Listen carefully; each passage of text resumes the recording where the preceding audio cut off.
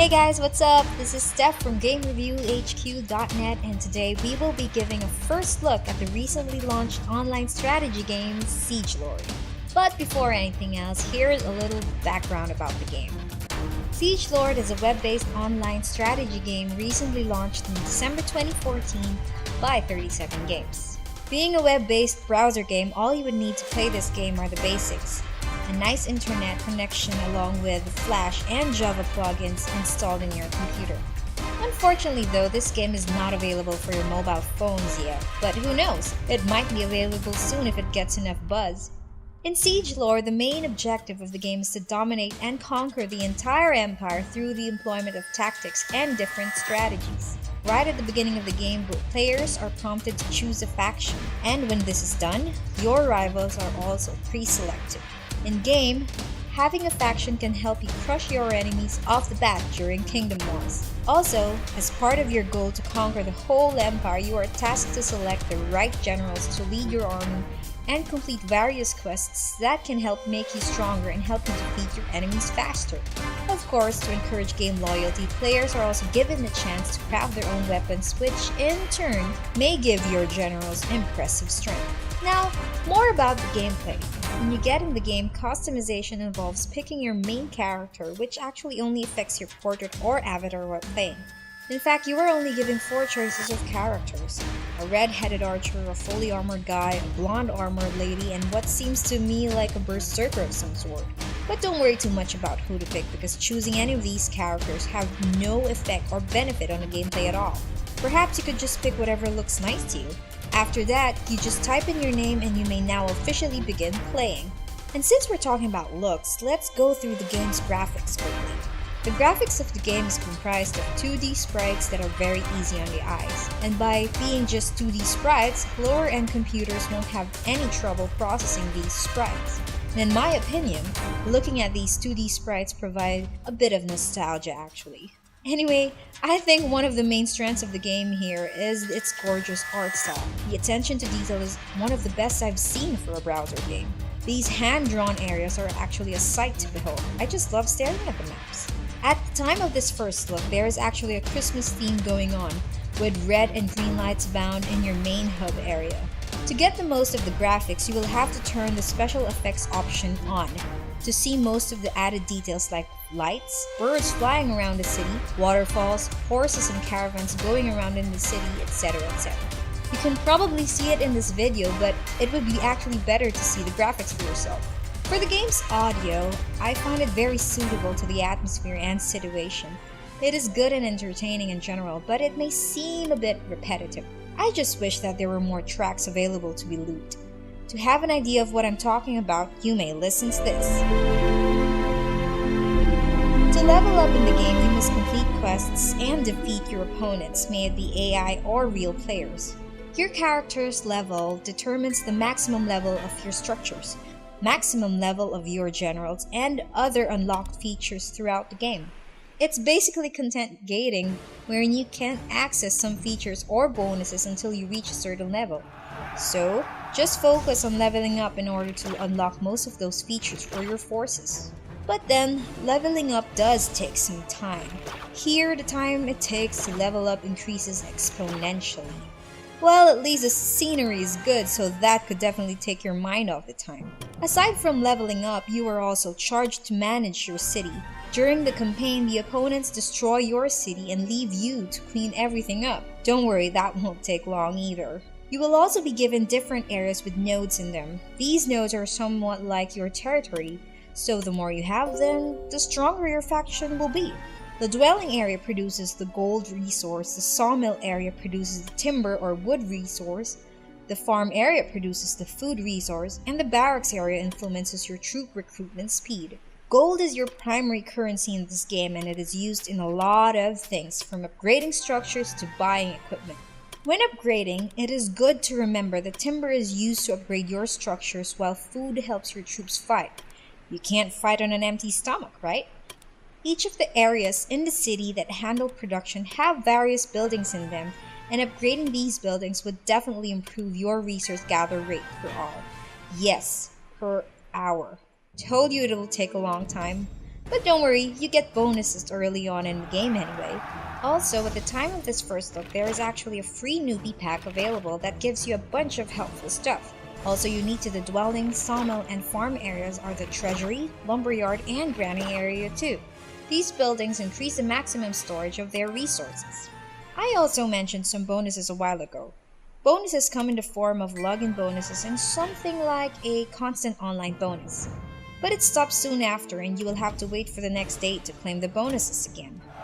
You may only claim these bonuses 5 times in a day. The game also boasts of a prayer system in which you can pray for a particular resource, and this may give a few or a lot of resources. A times 10 critical prayer actually yields the highest bonus. This prayer system is actually introduced very early on in the game. It's just a button up there. It's free, but it has a limited number of uses. 25 uses at the max, and you get one prayer every 2 hours. The amount of rewards are randomly generated like that times 10 critical prayer I mentioned. A critical prayer sounds weird though, and the market that randomly sells you quantities and qualities of goods can also help you with your resource needs. If ever you run out of the free resources the game gives you early in the game, then you're probably doing something wrong there. Now on to combat. As you start, you are immediately thrown into this battlefield that basically smashes your poor pawns into your opponent's pawns. Then you have a choice to assault, attack, or defend. Assault beats attack, attack beats defend, and defend beats assault. It's basically a rock, paper, scissors or RPS mechanism. You see your opponent's strategy beforehand, so you have a few seconds to counter it with the appropriate tactic, or let the computer randomly choose a tactic for you. During the first stages of the game, you can beat higher level AI opponents with this simple RPS knowledge, but later on, different tactics will definitely come into play, like the types of battlefields you are in and the siege units you have.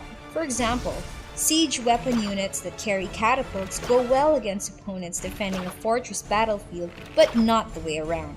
This only works when your siege weapon units are attacking a fortress. So even if the game is only utilizing a simple RPS mechanic, it shouldn't be underestimated since basically, most games and RPGs use an RPS mechanic but in a much more elaborate way.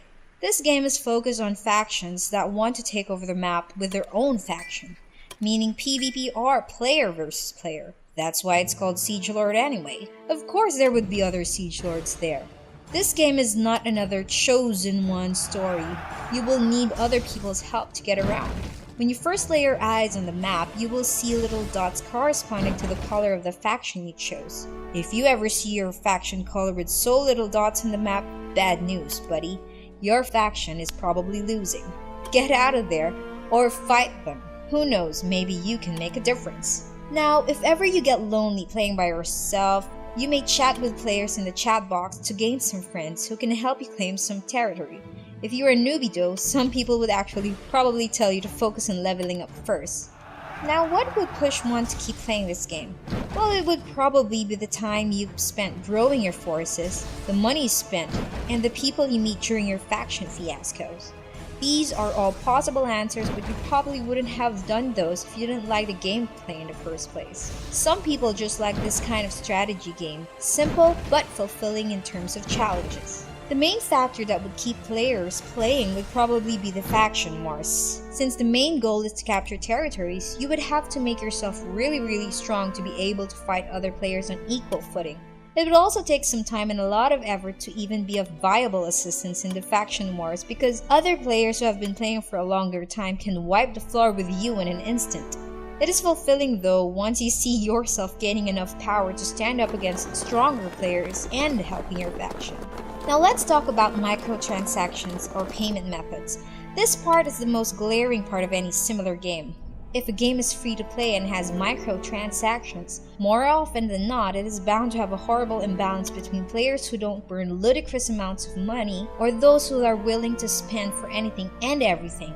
It is not as terrible like other games like perhaps Clash of Clans, that you can almost always expect someone who is loose on the cash to storm you out of your misery. At the very least in this game, you can hope your faction buddies are generous enough to save you while you get stronger. But if you decide to throw money at this game, it can give you a decent boost on your quest to be a powerful Siegelord. Just go easy on the spending if you ever decide to dole out some cash. Like with all online games, it will just hurt you if for some reason the game or server disappears or decides to die. Now, let's go through the summary of my first look at Siegelord. For the pros, the graphics or art style's definitely one of the pros here. It is satisfying to look at and it doesn't get tiring fast. I just wish they made a lot more sprites or portraits for other more characters. For example, the craftsman has a similar avatar with a generally pick up in the game, while a peasant that helps you during a tutorial has the same avatar as a general you acquire later on. But these are just minor factors and can be ignored and is easily patched if they choose to do so later on. Being a simple browser game negates any setup required. It only requires a browser, Flash, and Java installed. In which case, I'm sure with almost all computers today have those because of social media sites like Facebook, YouTube, all need those. The gameplay too is a plus here since it handles the simple concept of rock, paper, scissors well and further expands on it with battlefield types, troop types, and skills. And judging from the difficulty curve in which these features are shown to you, I'm pretty sure that later on, more strategies and skills will be available for you to deploy and work on. The community is also a neat aspect to the game. From my experience, they are nice to new players and they answer you if you have any question. Well, as long as they are not in between a heated battle with other factions, that is. Now for the cons. The strength of the other players may scare some people away when they are first encountered. Well, that depends on the individual's luck, I guess. My first battle with a player ended in less than 5 seconds, in which they just instantly murdered my troops with an area skill. As previously mentioned, any game with microtransaction is bound to have some imbalance, and in this game, it is apparent that you have an edge over those players who aren't willing to spend for the game, like which can help you in skipping the construction times and troop recruitment to quickly gain levels and enhancing your gear. If you do spend wisely. The long wait times are a bother. Yes, these games are made to be played while doing other things, but it's just frustrating to wait that long. To further annoy you is that you know that there are lots of people out there who can skip the long wait times by paying money. But it isn't so bad that it takes days to do so. Like for example, Clash of Clans wait time is usually between 3 to 8 days. These kind of things just get a little boring to wait, but it's still manageable though. In conclusion, Siegelord is a good game if you are looking to pass the time with a simple strategy game. The gorgeous art style, the simple yet compelling game mechanic, and the nice community make this game an easy recommendation to people who want to play a strategy game that doesn't force or grimp you if you decide not to spend on it. The feeling of actually helping your faction and conquering territories is good too, especially if you got that far without spending and only through sheer hard work. Too bad this game doesn't have a mobile version yet because it would be great if it did. So that's my first look of the web browser game Siegelord. So thank you for your time and we'll see you next time.